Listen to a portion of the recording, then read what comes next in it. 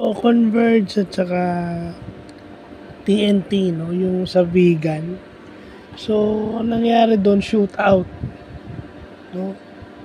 Palitan ng dress, palitan ng puntos. Pero may defensive stop, no? Kaya nagagawa ng mga teams yung mga magagandang depensa at saka opensa kasi may malalim na bench. Okay? Itong TNT, si Eram na lang ata ang wala. So nakita na natin nag-start si BGR at saka si Kelly, no? Sinabayan yung Justin combination ng Converge, yung Justin Arana at saka Justin Baltasar. Sinabayan yun. It worked well for TNT na sinabayan nila yung Twin Towers ng Converge na magkasabay si BGR at saka si Kelly Williams, no? May Galinato ka pa na maganda rin ang nilaro, di ba? So, frontline mo malalim, wing mo malalim, no?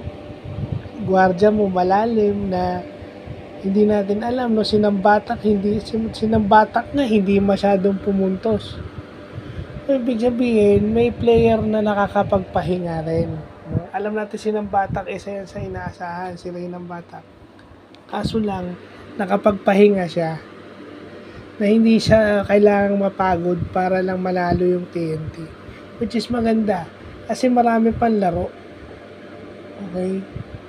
Yun yung kagandahan ng may malalim na bench. At hindi ibig sabihin, malalim yung bench mo at ginagamit mo. Kasi meron naman na hindi ka naman siguro pupunta sa PBA kung makakarating sa PBA at tatagal sa PBA kung wala kang ibubuga. No, kung maganda rin ang attitude mo, imposible hindi ka tumagal sa PBA. No, yun.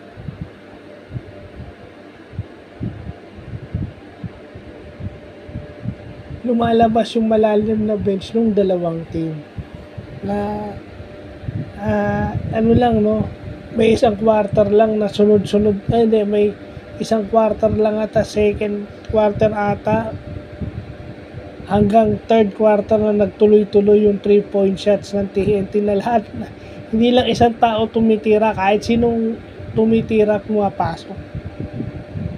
At saka si Jason Castro pala, hindi pa naglalaro. So, di ba, paano pag bumalik si Eram tsaka si Castro? Mas potent yung TNT. Di ba? Kasi sasabihin ko lang din na nakamold na yan kay RHJ. Siguro, talagang prefer nila na may makakatulong na si RSJ. Pag si RSJ, plinag-in mo dun sa TNT.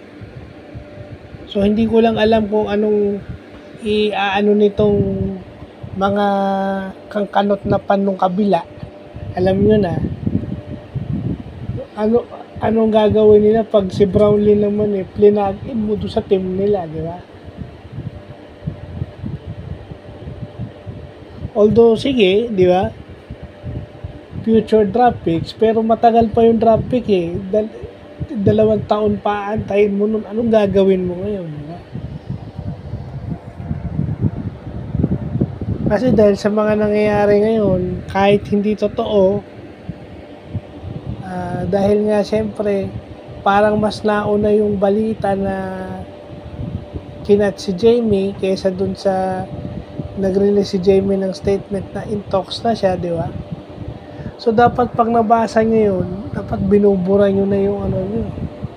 Hindi kasi tamang pinagkakakitaan nyo yung mga write-up ng mga maling ganyan. Kagaya nitong sa laro sa vegan. Maganda yung game, baka meron pa ring masamang sasabihin.